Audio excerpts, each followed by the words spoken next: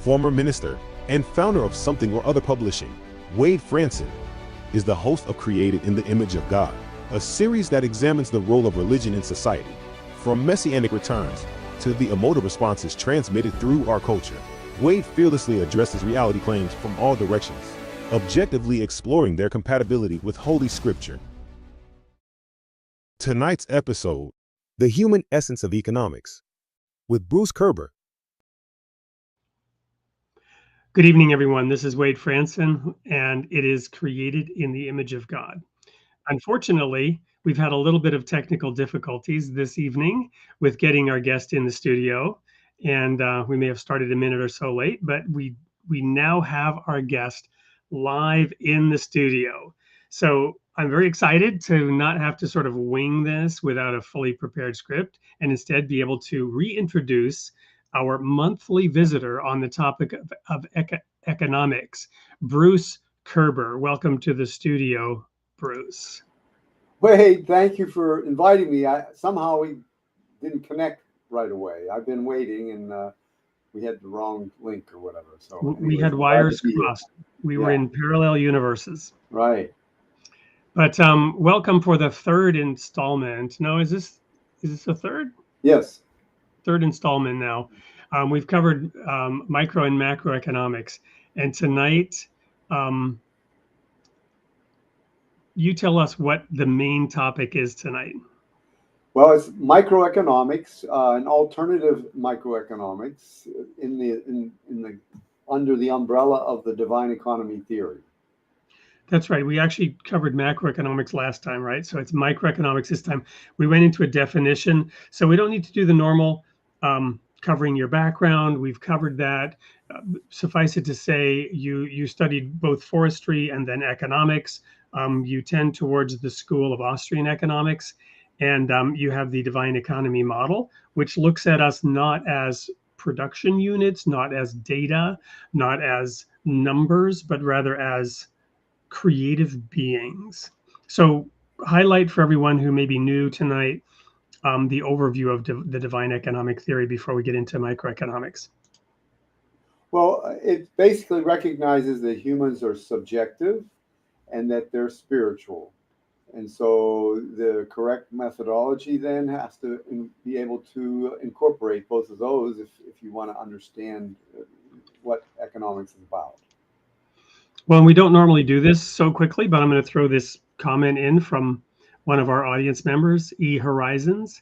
Can't wait to see how God ties into this. So why don't you start there? And how does God tie into economics?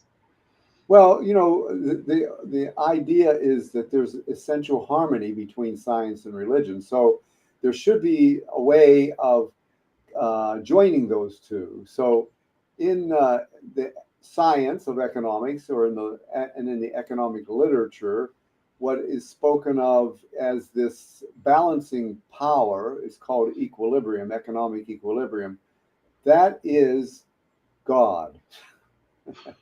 So there's the answer to that question. Well, how does classic economics, or let's say physical material economics, view that balancing factor? If God is that, well, how do they who don't believe in God tend to view that? Well, that's a question that can lead in a lot of different directions, and I'm gonna mention this really quickly. So, what happens is, let's use this analogy. Okay, if you have a target 100 yards away, and on that target is a bullseye, and you're standing with a rifle aiming at that bullseye, if your aim is just a little bit off, it's going to miss completely by a long shot. I mean, well, I love the analogy of the moon landing, right? If you're off by a millionth of a degree, you'll be sent into everlasting darkness and miss the moon by hundreds of thousands of miles. Same thing. So what happens is, in economics, is the reason it's floundering is because they're using the wrong methodology, and that's causing all the chaos in the economy and in economics itself, because it's started off at the wrong place. So the correct place is the place that allows subjective nature of humans and the spiritual nature of humans to be part of the science. Wonderful. I think you've answered E Horizon's question there, and I've now found my notes in the rush to actually get you into the right studio. I neglected what I had right there in front of me, which was the opening comments. Last month we looked at, or last month we looked at macroeconomics. This month's installment looks at microeconomics, which analyzes the behavior of small units like households and companies. However, like macroeconomics, which is analyzed quantitatively, so is microeconomics, even though we are talking about smaller variables, i.e. individuals. So we use the example when the Feds decided to make a big swing in economic policy that a few weeks ago with a 50 basis point cut in interest rates due to concerns about a slowdown in the labor market. They're looking at individuals and households as production and consumption units. But your position is no, it's really qualitative, and one needs to take into account the creative energy of individuals. So give us a practical example how that works at the individual level. And I think you've used the term entrepreneurship. Yeah. So an entrepreneur in the world that we're talking about, with where the economics is seen in a spiritual sense.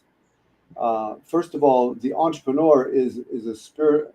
Entrepreneurship is a spiritual action, because what it is an entrepreneur is alert. You know, every human being is a seeker after truth, but just an entrepreneurship is just that alertness is seeking after truth. But just like with but it would be applied to a specific situation, specific local circumstances, specific problems and challenges, i.e. providing for yourself, your wife, your children, your family, or your husband. I don't want to, insist the man be the breadwinner, but providing for others, engaging in creative action. But the thing is, that same characteristic has two parts to it. I think a lot of times it's either latent or active. So people that are really not seeking too much, they have the potential, but they're not really being alert. So even though they have the potential, it's in latency, and so the entrepreneur is this person who is actively engaging with that quality, that human quality, and being alert and discovering, opportunities, discrepancies, ways to be of service. Got it. So in the Baha'i faith, which you're a member of, as am I, you've got this idea that work is worship, right? And so I'm assuming that also ties into how and why you view the economy in terms of the divine economy model. Is that fair? Is that accurate? Yeah, there's no disconnect between the human and their creator. I think we're, again, because the science went in the wrong direction, we don't really see those two as being integrated. But if I was to describe this divine microeconomy that's part of the divine economy theory, you would see that everything is connected to the appearance of virtues, which are the names and attributes of God. So that all of a sudden everything's directly in congruence with God, because everything all our aspirations, all our everything we do is intimately connected to this, uh, to the source of values. The origin of all value is the appearance of these names and attributes of God. So everything that we value, everything we choose, it's all related to that. So I'm reminded of that quote about, I'm trying to remember who said it. I'm having a brain freeze, I know, but it'll come to me in a minute. You might know, others might know in the audience. He knows the price of everything and the value of nothing. It's something like that. I don't know if you're familiar with that quote, talking about an individual. Um, I love that you tie it down to attributes of God, virtues, names of God, and that's where value originates. Here's a comment from Sienna, the Sovereign Gardener. What do you mean by humans being subjective? On independent investigation of truth, does one need to believe in an objective spiritual reality to naturally come upon sound discoveries? This also ties into a question I had. You mentioned science having gone in a wrong direction. And I assume you mean economics. The science of economics is missing the mark by a degree. right. By the way, the one definition of the word sin is simply missing the mark, failing to hit the target. I don't know if you knew that. If you go into the etymology of the words, yeah. to sin is to miss the mark, to fail to hit the target. Okay. So to answer Sienna's question, what do we mean by humans being subjective? Okay, so we, I think you would know this quote very well, Wade. We see the only partially. Well, there's a Bible quote about that. About Well, anyway. we know in part. We see through a glass darkly. Right. Okay. So every human being, they're finite. Their minds are finite. They cannot comprehend beyond what they know, and what they know is what they've learned, what they've experienced, and so here's the thing: every human being is rational, unless they're mentally ill or under this uh, influence of a drug or something, because what they're even though to another person they think, oh, that was not a very rational thought. It is rational because it's based on everything that they know and from their experiences of their life and the intelligence that they're using to decipher that and to act upon it. So and everyone does that. Nobody is omniscient or omnipresent. Those are the qualities of God. Humans have just pieces of that, and so whatever they think or act based on is a subjective understanding. Now you say, well, is there objective truth or is it objective reality? Well, I don't know if there is, or I imagine there is, but our understanding of it is always subjective. So Well, data can help us get at subjectivity, looking at a variety of data points, some of which may be conflicting, can help us move towards objectivity. But this is a deep and profound topic. We actually have somebody coming on in a few weeks, but I was speaking to him recently about the difference between religion and superstition, right? And one of the things is identifying hermetically sealed belief systems. This is my term.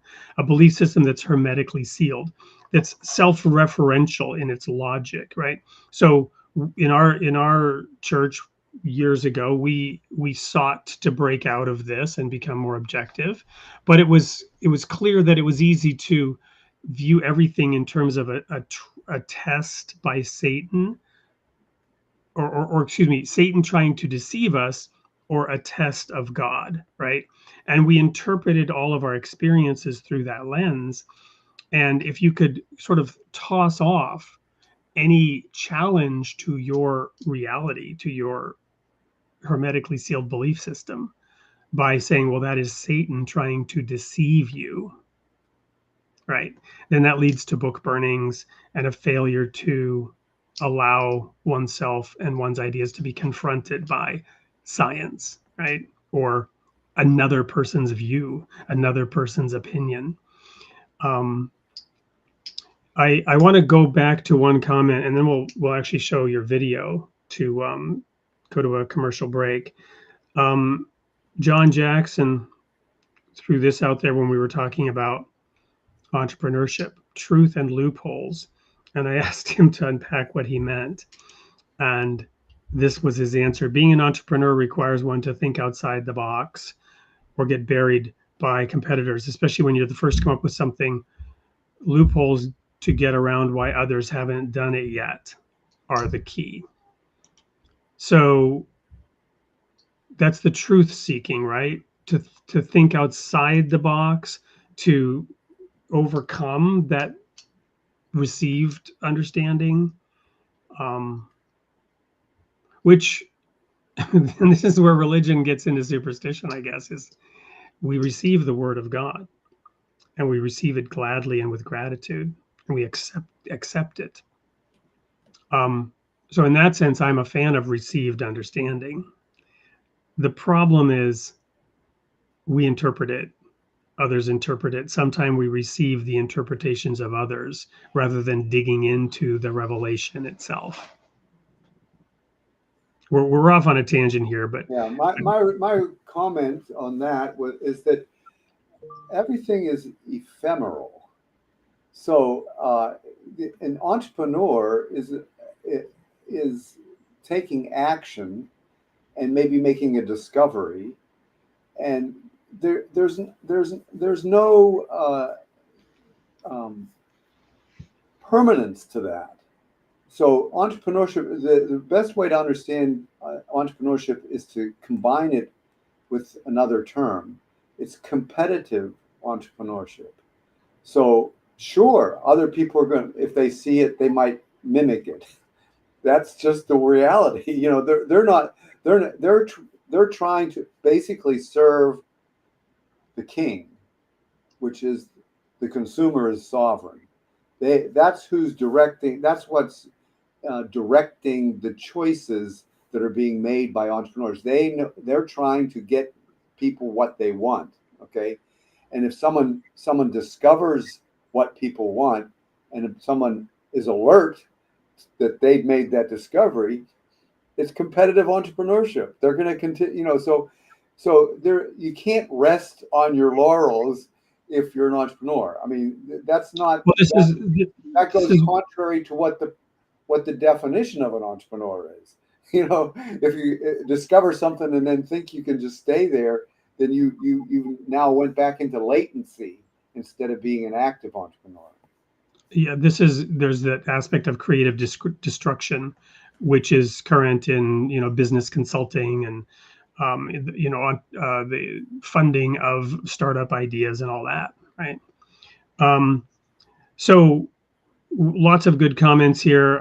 We're going to go to a commercial break, but I want to thank God is Good for reminding me and us that it was Oscar Wilde who said he knows the cost of everything and the value of nothing. Value is derived from God, who reveals it through his names, the virtues, right? That's what did I understand you correctly? And I love that as a basic model for an economy and where value truly comes from.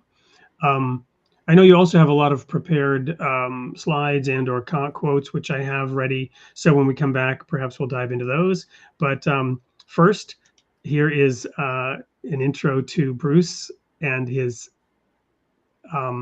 divine economy model in tonight's show, The Human Essence of Economics. We'll be right back. Essence of economics, is it the numbers we see on charts? Or is it something more human? At its heart, economics is about value, how we create it, share it, and seek it. It's about the everyday decisions we make to improve our lives. What if prices are a language, a way the market communicates with us? Each price is a message, guiding choices and driving action. Every decision impacts the economy, from where we spend to how we innovate. We are the ones shaping the market. In this book, Bruce Koerber explores how subjective human values are at the core of our economic system. This isn't about abstract models. It's about real choices in an ever-changing world. The Human Essence of Economics by Bruce Koerber. Get your copy today and rethink how we create, trade, and thrive. Available now at Amazon.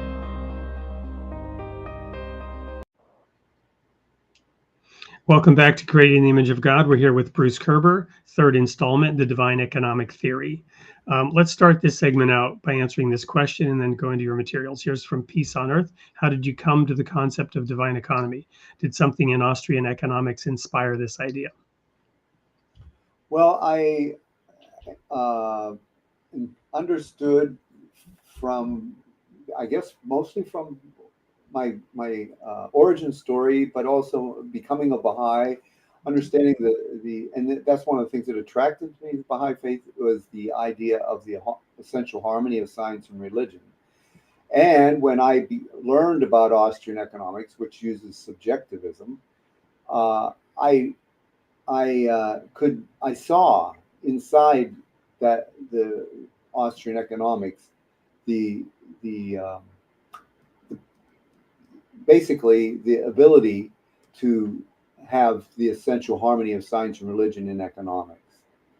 And that's why then when I had the dream that showed me the image that basically is the model that I developed in all these books, that enabled me to show how to specialize in the divine economy theory, which is a subset of Austrian economics. Well, I've been looking at a couple of the prepared diagrams. I'm going to share one here. I don't know if you had intended this to be shared or shared first, but it seems to address exactly this. Yeah. Yeah, so classical liberalism is where Austrian economics originates from, and they identify value as subjective. So that was kind of the first step to go in the direction that we want to go. Austrian economics then identified that the value at the margin is the key to human action, and they also systematized that methodology of subjectivism. And then the divine economy theory, what that is, I made visual the systematized methodology of subjectivism. And in the process of developing this, I found that the origin of value, and it's also this essential harmony of science and religion concept, found that the origin of value to be the appearance of the virtues in all things. So consumers, they value the virtue of the consumer good, the virtue that the consumer good offers, and producers produce goods and services that provide those virtues. That's why they are able to sell their products, because they have those virtues. They instill something of themselves, whether it's their innovation around process, whether it's their labor, their creativity, right? I mean, there are all kinds of ways. I think it's more serving the king, the consumer. They incorporate the virtue that people want, not their own virtues, but the virtues that the consumer wants. That's the only way they'll have success. If they do it just what they want, maybe no one else wants that. They do it what people want, and then they'll know that they'll be able to make income from it. So I'm a fan of music. I'm reminded of Todd Rundgren. I'm dating myself for those who know him, although he's been around for many decades. But he put out an album many years ago. Something about the ever popular tortured artist effect was the name of the album, something like that. And I'm reminded of that right now because the idea of art, right, which might be art for art's sake, right, where one does not have in mind that king, that consumer, and the purist who would be appalled at the idea that he's creating his art to be purchased, right? How does that concept factor into the consumer being king? Well, it doesn't have to, but at some point, a person has to have income to live. So that's where the consumer as king comes into the picture, because for you to have income, you have to produce something that enables you to receive income. So I mean that people who have leisure and expression, that's not necessary. I mean that it doesn't have to, other than express their own interest. It's not, they're not doing it because to eat. They're doing it for other reasons. So humans, when if a person gets to a point where they have what they need as far as sustenance, and that's the beauty of being able to be able to, for that the economy provides for people. So you get to the point where they have the ability then to do things for other reasons, higher things. It's like there's material goods and there's ideal goods. So material goods would be like getting the food you need, and then ideal good would be maybe being able to have a sip of coffee and watch the sunrise. Well, let me tell a little story and see how you react to this. So I was born in Canada, went to school in Sweden, 4th, 5th, and 6th grade. While I was there, I learned a little bit, or at least became aware of the idea of socialism, and Sweden being a socialist country. And even though as a young boy in Sweden, I was very much excited about the Olympics and hockey and how Sweden was competitive against big nations like Russia, Canada. And of course, the United States was nowhere on the hockey scene in those days. That only came later when they got into the big, competition with Russia. And that was more about politics and theater than it was the game of hockey. But anyway, the point is, when I came back to America in the middle of 6th grade, I was arguing with people I was arguing with the kids about the virtues of socialism over capitalism. Now, I didn't really know what I was talking about, and they knew even less, but we were nonetheless arguing about it, right? Now, fast forward, I returned to Europe after graduating from college, and I went to Germany. And I was there working in an office, and I was a ministerial trainee. And as such, we had these speaking clubs that are patterned after Toastmasters. And so one of my first speeches in German, I quoted the Bible where it says, "If a man does not work, neither should he eat." Because now I was challenging back that idea of socialism, because there in Germany, they had a very high unemployment rate. And I was noticing around me that people were going to school for like 10, 20 years with no real intention of ever working. Right, but they could go to school and they would get aid from the state to go to school, and then they would maybe change their studies and go to school studying something else, but they would actually not apply that education, that degree, to actually earning a living because the state was providing.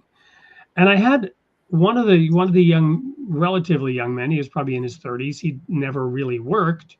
He stood up and countered my speech, with the argument that A, the economy wasn't providing, B, capitalism doesn't work, and it is the responsibility of the state to provide when the economy is failing and not providing the jobs that are needed, or not providing jobs at the wage rate that is needed, right?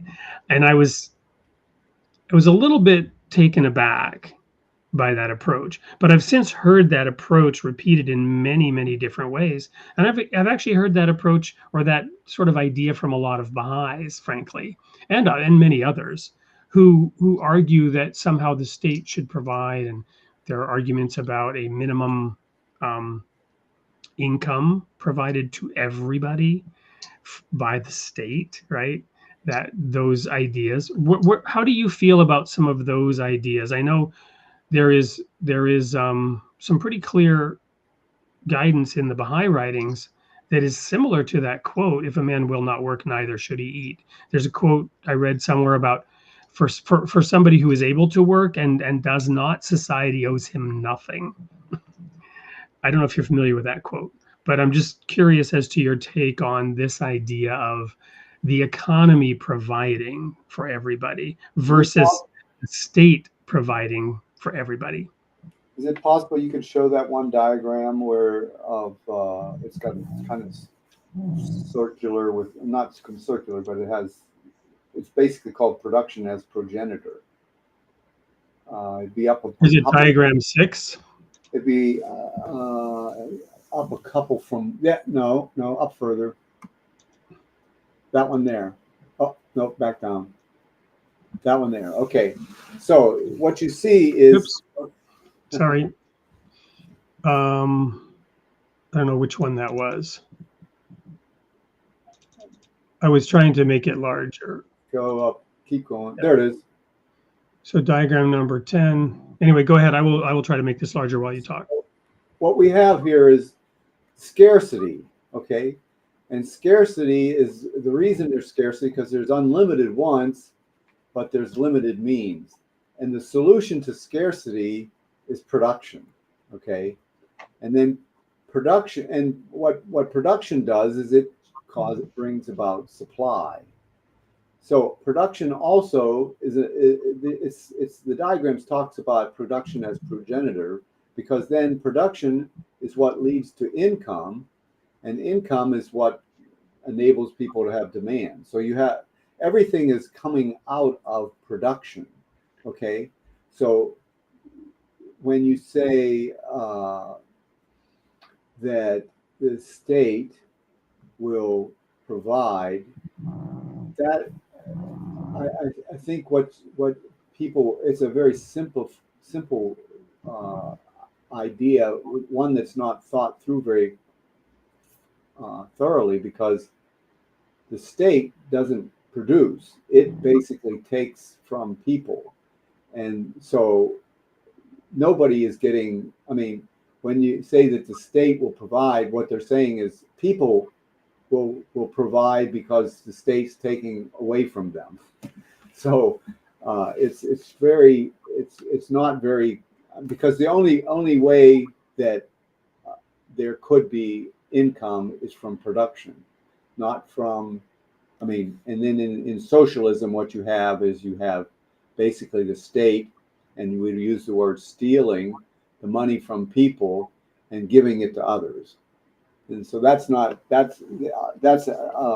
fair, like that is something that is, well, you know, we know that theft is not a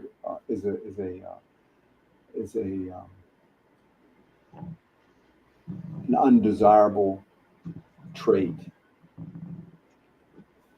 So let's talk about, so I love the way that you're approaching this. Thank you. Very helpful. Let's talk about the system of governance, right? So in a democracy or a republic, as the United States is, we have a representative democracy, and various people elect others, and then delegates. Well, we have a complicated federalist system now, but we have this situation where we have chosen others to represent us and to make laws, and those laws, you know, have included taxation. I know there are, and I'm not asking you to go out on a limb here. I don't know if you've thought much about this. I know there are those who claim that all taxation is illegal. I don't know if that's what you're claiming here when you use the term theft. If a people gets together and decides that they want others to handle certain administrative matters, and including allowing taxation, which everyone in that group is required to go along with or comply. Do you know what I'm saying? Yeah. So maybe unpack that a little bit. because I get it at the individual level. You don't get to tell me how much I should give to the poor, but yet we have a state now that has graduated income taxes that charges some people different rates and has all of this complicated rules and laws as to how and why who pays what, and then what it may and may not be used for, and some of it gets allocated out to other people. The forgiveness of student debt is one current topic which has actually gone to the courts and been declared illegal after certain leaders wanted to do it, and we have that whole discussion. What are your thoughts on that? Well, my thoughts are that we're now talking about macroeconomics, and I was hoping to stay on the topic of microeconomics, and I wanted to really go into why how the virtues are at the heart of the microeconomy, and why. So that's what I wanted to focus on. I mean, what you were saying is perfectly compatible with the macroeconomics that I presented last time, because it's voluntary social cooperation that decides the organization of society, whatever level, whatever, however large or small those societies are. They can do it however they wish, and so there's really and some may work better than others, and we've seen lots of cultural petri dishes, and I was a personal witness to how badly communism worked. Yeah. And of course, you've got other factors versus pure economic theory, but at the macro level, it was a failure. Just like at the micro level, competitive entrepreneurship is what drives it. At the macro level, if there's a society that's choosing one way and another's choosing another way and another's choosing another way, it'll be clear which one people like best, and then they'll be modeled after. So, I mean, that same spirit of competitive entrepreneurship works at the macro level too. I have to share one of my favorite jokes. My cousin, who was in Sweden, used to say that, in the Baltic Sea there were submarines patrolling, he said, to keep people from entering into the workers' paradise. And they didn't need a wall in the Soviet Union to keep people out. They built a wall to keep people in. Yeah. Anyway, go ahead. Sorry. So I don't know how you want to do this, but I do have a series of diagrams. You can go to the beginning one, and I'll just run through them real quick or whatever rate you want me to. Yep. Well, actually, we're gonna go real quick to another commercial break. Okay. Right. Given that there are mouths to feed and people to support, and who support us and support them. When we come back, we'll launch into your diagrams. Don't go anywhere, and thank you very much, everyone, for the comments in the chat. And do like and subscribe and share, because hopefully you're enjoying this as much as I am. Our water, our food, and our flowers. With the global push towards highly processed, corporatized foods and the demonization of local farms, grass-fed beef, and localized systems, we desperately need to uplift our health and our happiness from the grassroots. A Japanese saying states, "It is better to be a warrior in a garden than a gardener in a war." Embodying the warrior spirit and the innocence of a child, every individual can walk in the garden with purpose, seeking workable ways to co-create a more beautiful world. Planting victory gardens in the midst of a war on agriculture and on culture itself, we can rise like wildflowers. We are free to grow outside. Our health is in our hands. Food freedom and seed sovereignty offer answers to seemingly unsolvable problems. During this series, we will explore food as medicine and natural remedies free from big pharma. We will reveal advice for novice growers from green-thumbed gardeners, permaculture practices that nourish natural beauty, plus playful experiential learning activities and ways to accomplish the divine art of homesteading. Addressing the threats to liberty in related fields, gardeners, farmers, nutritionists, homeopaths, artists, educators, writers, homeschooling parents, and other food and flower enthusiasts will provide exciting solutions. Prose and poetry will illustrate the style of establishing food and flower companions and resisting the urge to pair antagonistic plants and people, requiring proper space to grow. Families of people and plants possess a pure power. The universal language of artful agriculture can create a much-needed momentous unity if growers of all kinds lead by inspiration, not force. Let us unfold interconnected communities from the grassroots, musing on how agriculture can serve as the fertile soil for an organically forming society. I'm Sienna Mayheath, and this is Food is Freedom.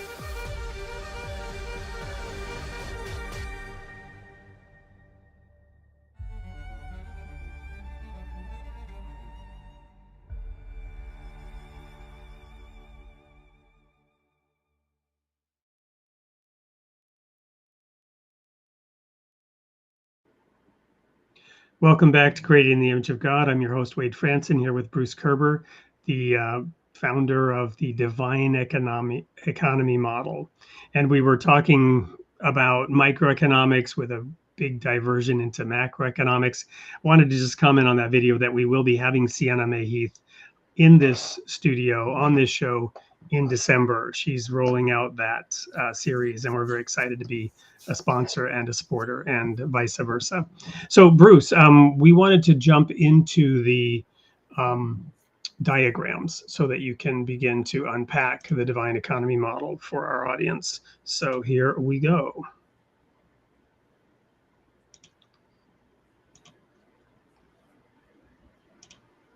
No, that's go to the very beginning. Is that the last one? That's the last one, yeah. We don't. So, hang on, let me try this again.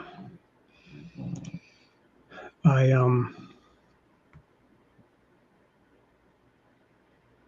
don't have this fully dialed. There we go.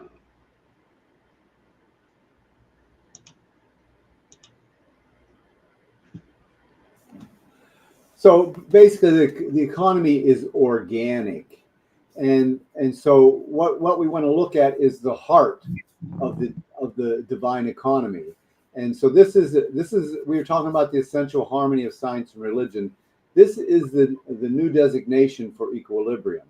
It is the heart. It is the divine economy. Now you can go to the next slide. And so, like for last time, we talked in episode 114, we talked about the macroeconomics, and that's top picture there. That is the model, the divine economy model at the macro level. But you'll notice at the heart is the divine economy. So that model has multiple dimensions. So what you're familiar with probably is a three-dimensional figure, a X, Y, and Z axis. Well, we just translate that model for because what we're going to do is we're going to develop the microeconomic model. We're going to do this together. So what we basically do is we just put the transformation, order, and justice on that diagram. Go to the next one. So then what we're trying to do is we're trying to look at the heart, because we're looking at the microeconomics. We're looking at the heart of an individual. That's the model. And so what we take a vantage point from the end of each of those vectors, and we look towards the center, and it reveals a two-dimensional plane, like you're looking at a painting or a tablet or a tapestry on the wall. It's two-dimensional. But what's on that tapestry? What resides in the heart? That's what we're trying to figure out, and that would be the next diagram. So what it is each of those. There's six. There's law, order, human spirit, transformation, justice, and unity planes. On each of those planes, there's human virtues that are akin to each of those qualities, concepts: laws, order, human spirit, transformation, and justice, and unity. So that's what this is. We've got to this point in the development of the model of seeing that the heart. Inside each individual, they've got these virtues that are lying there. So we'll go to the next one. And there they are. So we picked out 52. We had used the 52 virtues from the Virtues Project, and we placed them in those quadrants. I mean, in those planes.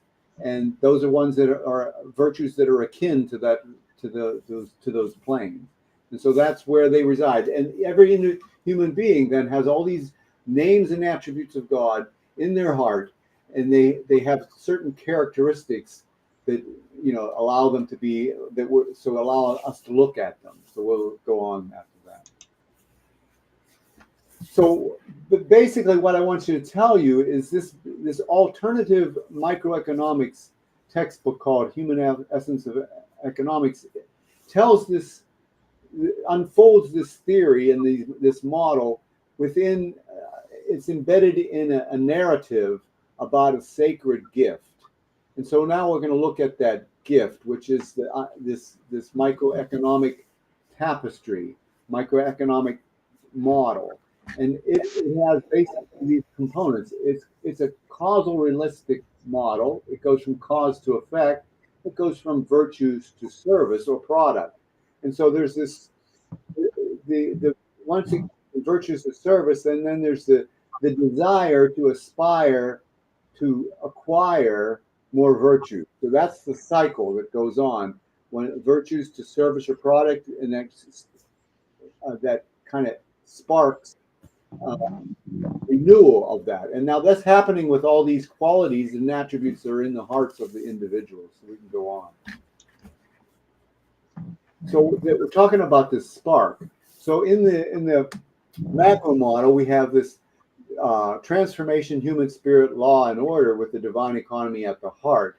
But at the micro level, it's basically this spark that's causing this desire to acquire more virtues and be of more service. And so this other side is the divine spark. It shows you, and there's certain there's things that activate those that spark, and those things that are activating it in that are driving the urge to take action and to make that virtue shine are these four: perfection, unity, created in the image, and justice. Those tendencies and they're what's driving this igniting that spark. So we can go to the next one. So what does the spark look like, and how is it connected to the human being? So what it is the spark has radial symmetry, just like the human has radial symmetry, and inside at the heart is the divine economy. So that's how that. You can go to the next one. So then basically we just place that spark, which talks about all those things that are inspiring the activation of all those virtues on all the aspects of that person's life. How they're the virtues that reflect law, the virtues that reflect order. Those are all being activated potentially. They're all latent in the heart, okay, and so that we can go to the next one. So that shows you how we talked about this one already, so we can go past that. So what's basically, then we talked about alertness, and so again, just like those virtues that are in the heart, all those virtues, and some are active, some are inactive. So they're active and latent, and they're in the heart.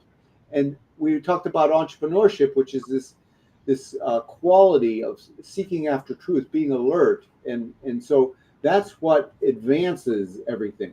So I just wanted to show you that entrepreneurship is the key, that quality of being alert and trying to make a change.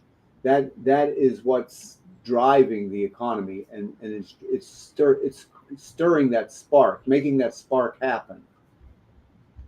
You can go to the next one. So an example is,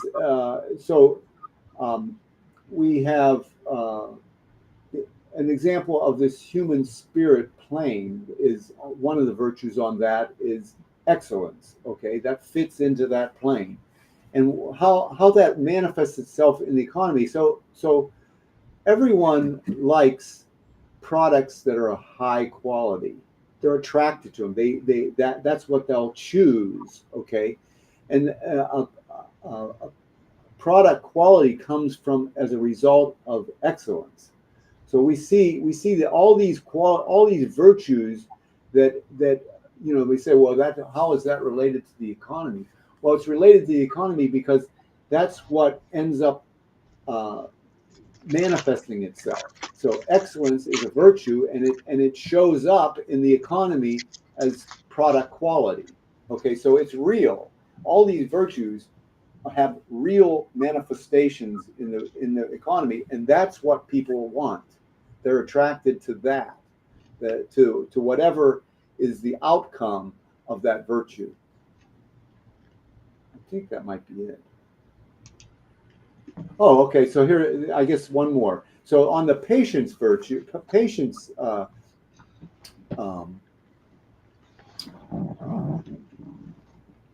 were. So on that one, it's on the patience is in the transformation plane. That's what I'm trying to say. Okay, so patience. So an example of that would be, okay, production. We were talking about production. Production takes time. So there's patience in that sense that, and then for production to take place, it requires capital, and capital comes from savings. And savings is a way, is kind of a result of having patience. You save because, and your ability to, you are able to look beyond the present because you're patient, so you can save, Yeah. which brings about capital, which so this production. Thank you. This answers maybe a question I had. I'm going to go back a few. Okay. I had a question about this diagram here. Okay.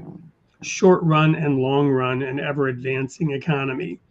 I was wondering what you're really getting at there, but maybe patience combined with excellence is one of them, to where in the short run you have to eat and you have to get something going, but you've got a dream, a vision.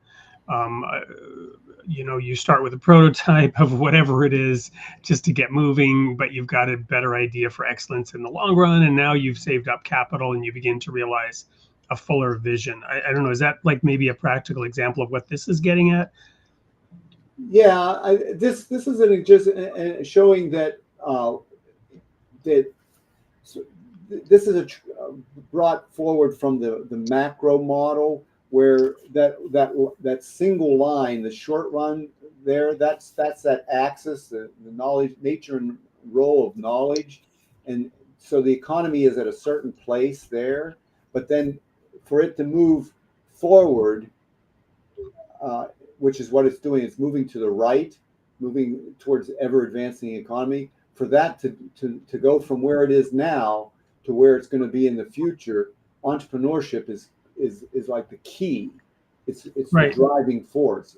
I guess what caused me to sort of question this diagram a little bit is that you've got short run and long run, and those diagrams are exactly the same. There's no difference between the short run and the long run.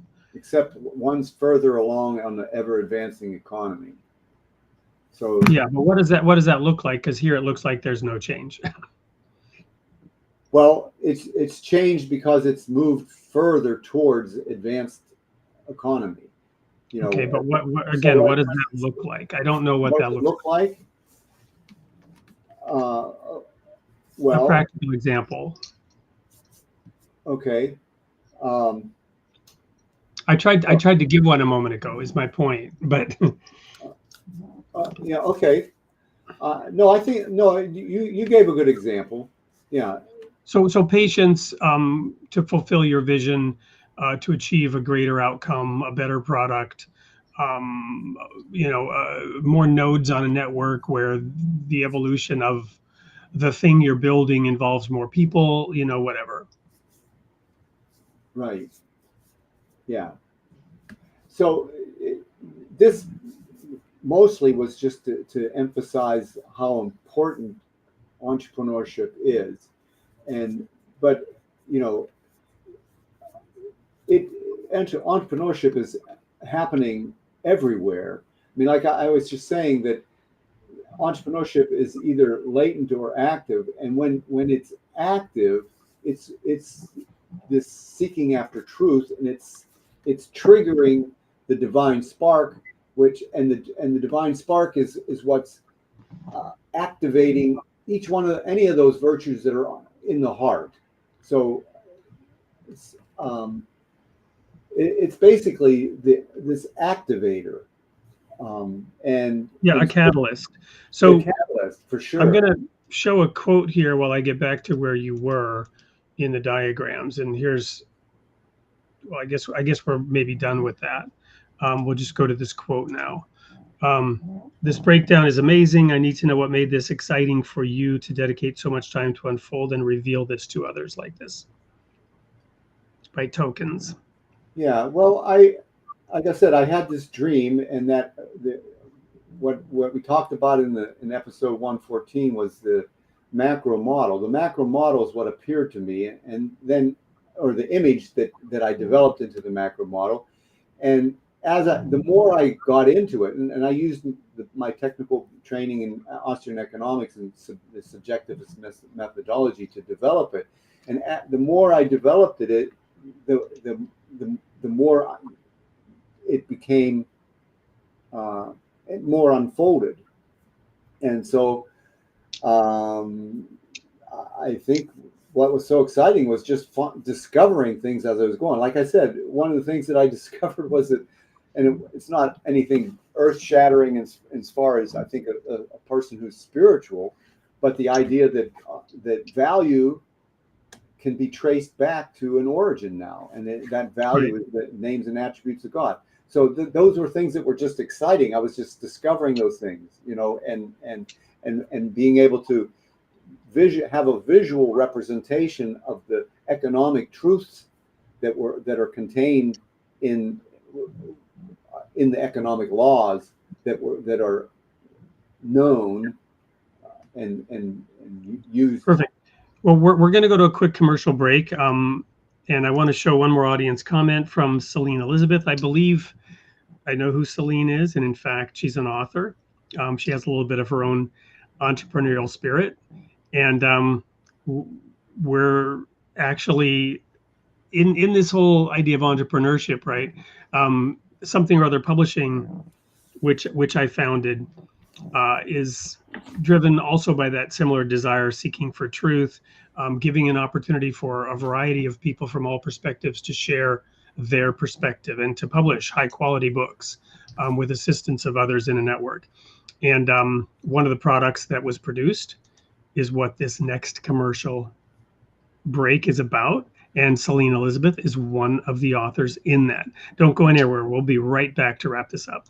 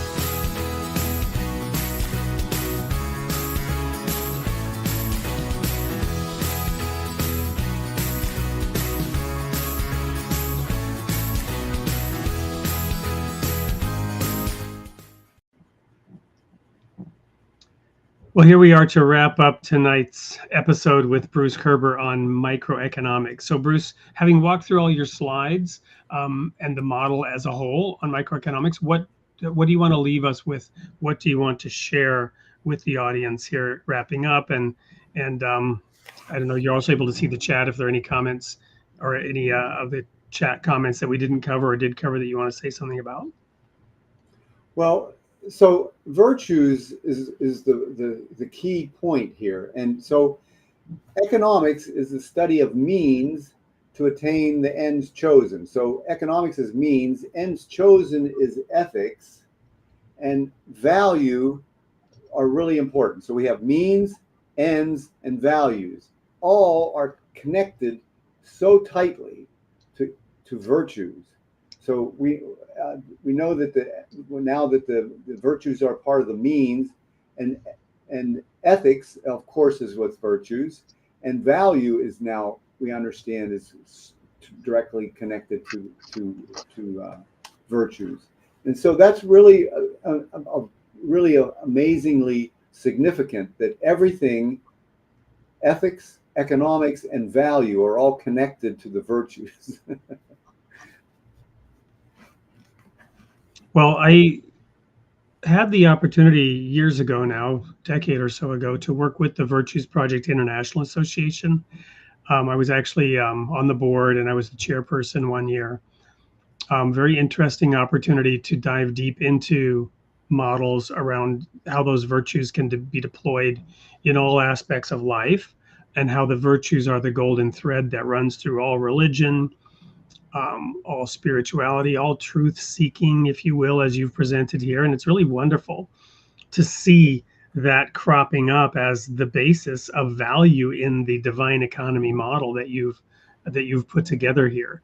And I'll share a comment here from Sharon Leinert.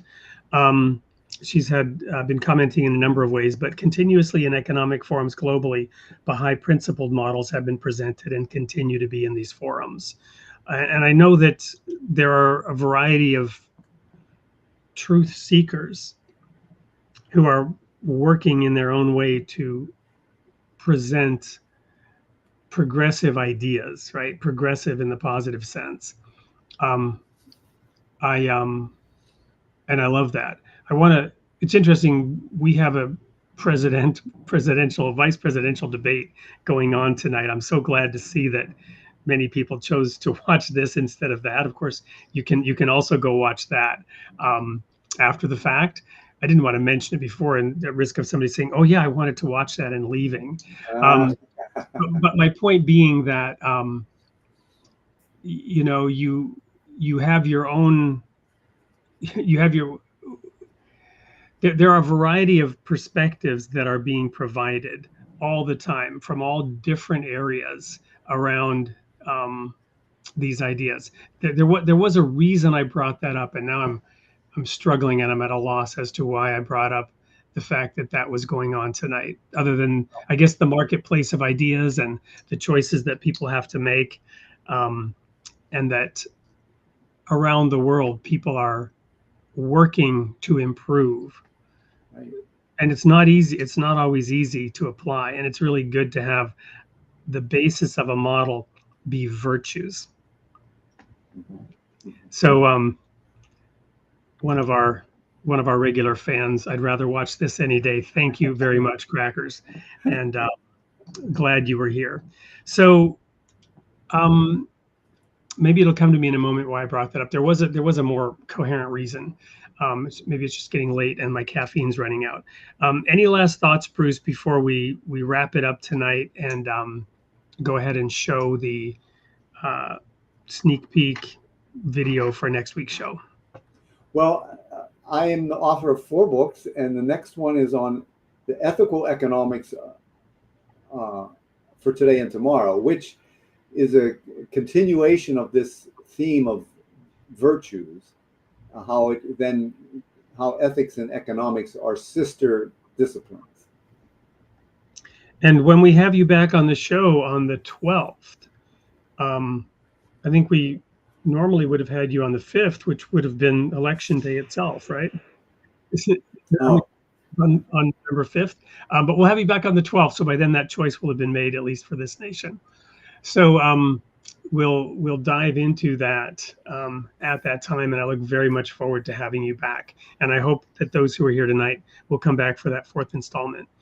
Let me give you a sneak peek, however, into what we'll be seeing next week. But it often feels so impossible. The hurt runs too deep, the issues around forgiveness, forgetting, reconciling, they all seem so confusing and complex to untangle. But what if there was a cure? What if there was a cure for the cancer of unforgiveness? A way to truly forgive once and for all that could free you from the weight of past wounds and restore your ability to smile, to sing your song, and to be genuinely happy again. This podcast is about discovering Jesus' most powerful secrets to forgiveness. We'll clarify what biblical forgiveness really means and doesn't mean, and discover the path to forgiving others in a profound, life-changing way that you've never thought was possible. If you're ready to let go of unforgiveness, heal from past hurts, and experience the peace and joy that comes from truly forgiving, then the cure for the cancer of unforgiveness is within your reach. So we will have Luke live in the studio next week talking about forgiveness from the basis of the Bible and Scripture. Very interesting topic. And it did occur to me why I brought up the election.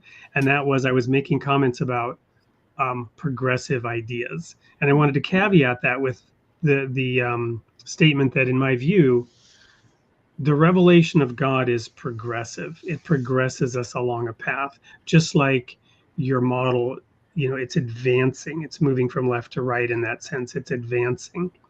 However, morality tends to be more conservative, in my view. So there are these balancing factors, and I didn't want to come across like I was promoting a progressive political agenda over a conservative political agenda on the eve of this debate. It is for each and every one of us in the marketplace of ideas, in the divine economic model, to freely and fully express our own opinion on why we think we should vote and how we should vote. And so I just wanted to make sure I'd made that point. Bruce, thank you so much for being with us tonight, covering the divine economy model on the topic of microeconomics. Can't wait to have you back in the studio in a month. Hope people will be looking into your books, purchasing them to dig deeper into this model, get that material for themselves, begin applying it creatively in their own entrepreneurial worlds locally to transform this physical world, this physical economy, into a divine one in which, we might produce an economy that does serve everyone and serve all people. And those are my thoughts. Bruce, anything to add? Those are beautiful thoughts, Wade. Really, and that's the goal. Wonderful. Well, that's it. It's a wrap. Good night, everyone. We'll see you next week, same time, same place, for episode 119 on October 8th with Luke Workington and forgiveness. He had a better title for it, but that's the main topic: the battle against unforgiving.